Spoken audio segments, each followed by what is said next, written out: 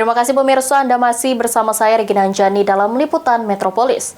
Ruangan ULP pemerintah Kabupaten Muara Enim terbakar yang disebabkan konsleting listrik. Api baru berhasil dipadamkan setelah petugas pemadam kebakaran Muara Enim tiba di lokasi kejadian. Masuk nih, anu.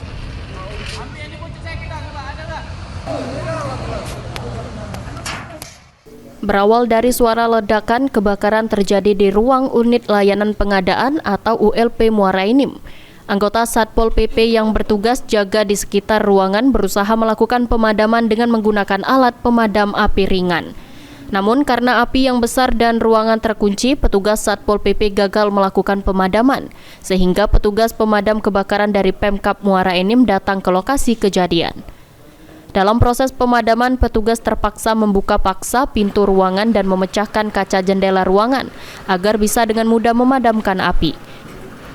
Kepala Dinas Damkar Muara Enim Sapriyoma mengatakan pihaknya menurunkan 4 unit mobil pemadam dibantu dari PDAM dan BPBD Muara Enim sehingga api berhasil dijinakan.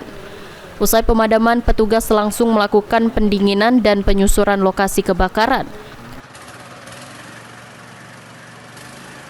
Inilah karena memang api sudah kecil. Sebelumnya sudah ditanggulangi oleh petugas kita dari Satpol PP yang mereka sudah kebetulan kita kasih sosialisasi untuk penggunaan apa sehingga apinya tidak terlalu besar.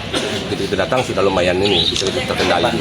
Itu dari kepolisian ini sudah investigasi mereka-mereka yang lebih paham apa penyebab. Bupati Muara Enim yang mendapatkan kabar kebakaran langsung meluncur ke lokasi kejadian untuk memastikan apa penyebab kebakaran dan sementara kebakaran karena murni musibah akibat arus pendek listrik.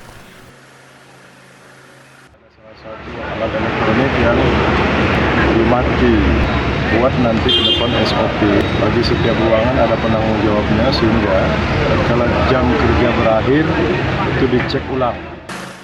Beruntung dari kejadian ini masih ada beberapa berkas dan dokumen masih bisa diselamatkan.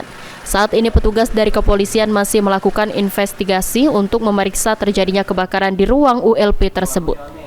Mardiansyah, PAL TV.